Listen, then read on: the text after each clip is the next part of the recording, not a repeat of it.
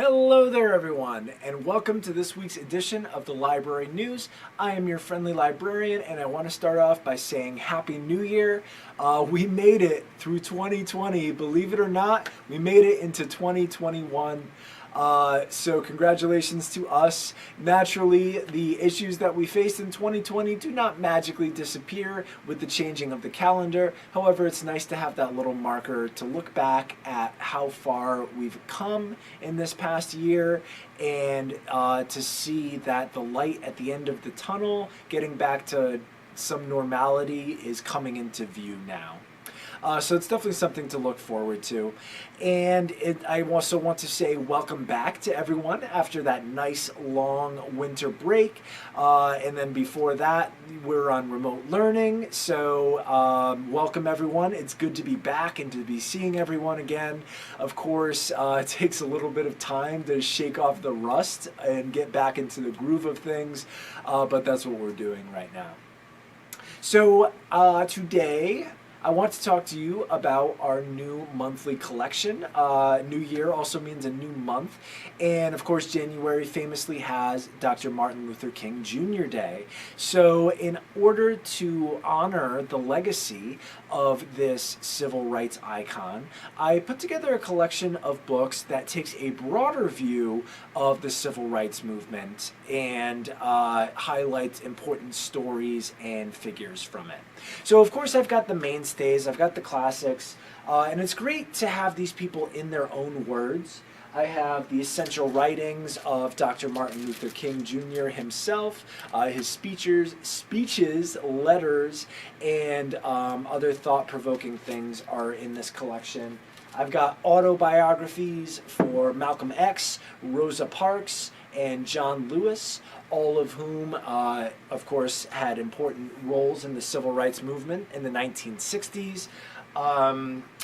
John Lewis's is a trilogy of graphic novels called March that details him leading marches in 1965. And after that, he was elected to Congress and used his position to further the civil rights movement.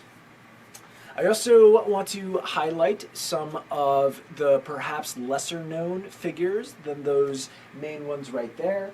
For instance, I have biographies on Paul Robeson, who was a really talented performer. He was a singer and an actor, before the 1960s, and he used his position of fame to speak out against injustice and inequality, and eventually he was blacklisted for it, and he sacrificed his career because of those beliefs.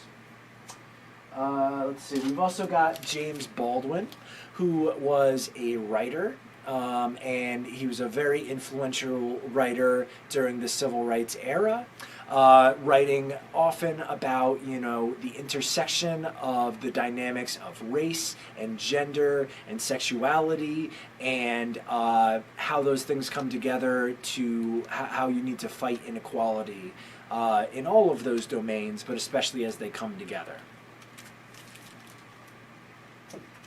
Right. A couple more I want to highlight for you. Asa Philip Randolph, a name that you may not know, and yet he is often referred to as the father of the civil rights movement. He was fighting for integration in the workplace long before integration was struck down by law. He also was the main organizer of the 1963 March on Washington.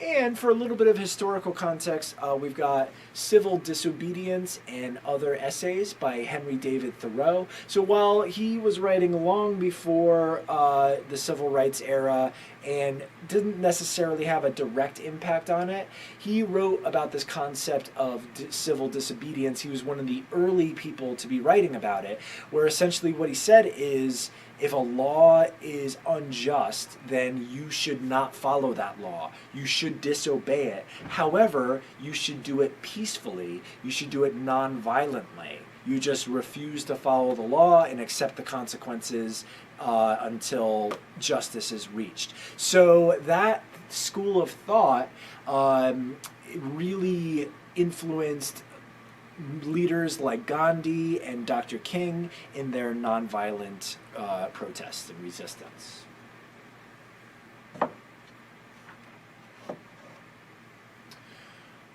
All right, now taking a different view on the civil rights movement, of course it's important to honor these heroes, and we tend to look at it as, you know, this amazing movement and renaissance in American culture, but it's also important to note that this movement was met with a lot of resistance, and a lot of people didn't like it, and a lot of people fought equally as hard against it. And we have some books that share important stories in that part of the legacy as well. For instance, we've got the Freedom Summer Murders, which is about 3 college kids that were campaigning in Mississippi to inform African Americans that they had the right to vote and to help them get registered and exercise their right to vote. These 3 were killed by Ku Klux Klan members who had infiltrated the sheriff's department in that town. And it took over 41 years to get convictions for those murders. Speaking of which, there's also Unpunished Murder, Massacre at Colfax, and the Quest for Justice. So this goes way back to 1873, not too long after the Civil War. There was a mass murder of African Americans in a courthouse, which was also burned down. And the trial moved its way up the courts all the way to the Supreme Court. And the Supreme Court decision had absolutely no convictions and was credited with basically providing a legal loophole for white supremacist action against African Americans, which took many decades, centuries to undo, and even you can question whether or not the impact of that has been fully undone yet. And lastly, there's also Spies of Mississippi, the true story of the spy network that tried to destroy the civil rights movement. Again, in Mississippi, I believe, there was an actual government-sanctioned spy network of people keeping an eye on their neighbors and in their churches and people involved in the civil rights movement, and trying to sabotage it and take it down. And so what's really interesting about this story is you get to actually see the civil rights movement from the point of view of the villains, of those who opposed it. And you get to meet the heroes of that movement from the point of view of their opposition.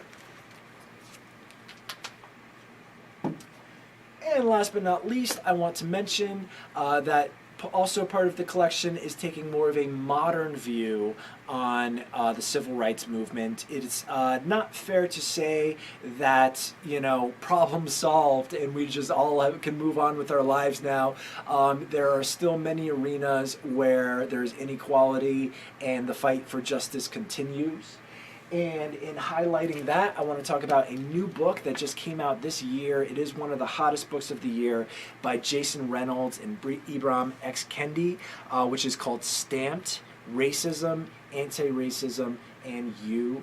So this focuses on the present with some historical context as to the existence of racism, the impact of racism, and then most importantly, how we can all get involved to fight it. Because as I said, the fight is not yet over, and you know, if you believe in justice and equality, it's not necessarily, in this author's opinion, enough to sit idly by and say, well, I'm against it, but I'm just not going to do anything about it. What this does is encourage you to get involved in making a change.